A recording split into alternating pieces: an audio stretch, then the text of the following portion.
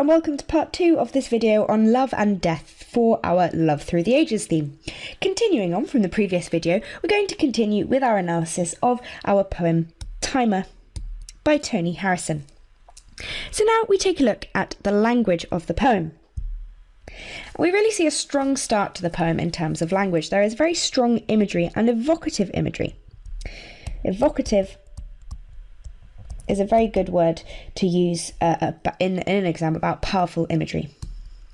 So the idea of gold really creates a visual sense for us when we begin to read the poem.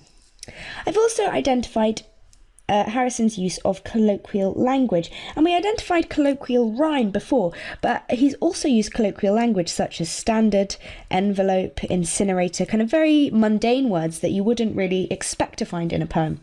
And this gives the poem a sense of the mundaneness and ordinariness of death and life continuing on after someone's died, even when it feels like you want the world to stop. Here I've identified this phrase, your wedding ring that wouldn't burn.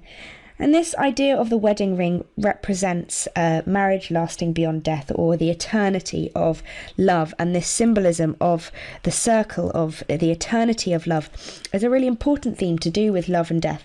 And marriage really comes into this because in weddings you make vows to love someone beyond death, and the wedding ring symbolises the eternity of love. I've also identified other moments when the poem talks about the ordinariness of life. For example, he's reduced his mother to simply the items of her clothing, such as cardi, apron, pants, bra, dress. And this list really contrasts to the other list we get later on: ashes, head, arms, breast, womb, legs, which is a much more visceral and realistic image of a human being. And so we see kind of development from the mundane to the more powerful towards the end of the poem. Again, the practicalities of death are emphasised up here when it talks about the clerk phoning up, and including the phone number really increases the kind of very kind of boring steps that you must take in organising a funeral and this kind of plodding along of life after his mother has died. Towards the end of the poem, as I've mentioned when we're talking about this development of the idea of the list.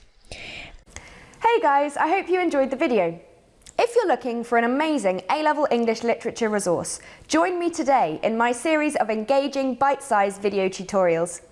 Together, we will concisely cover all the important concepts required by your exam board specification, as well as practically apply what we have learnt through exam-style questions, focusing on how best to structure your answers in order to maximise marks. See you soon, and together, let's make A-level English literature a walk in the park.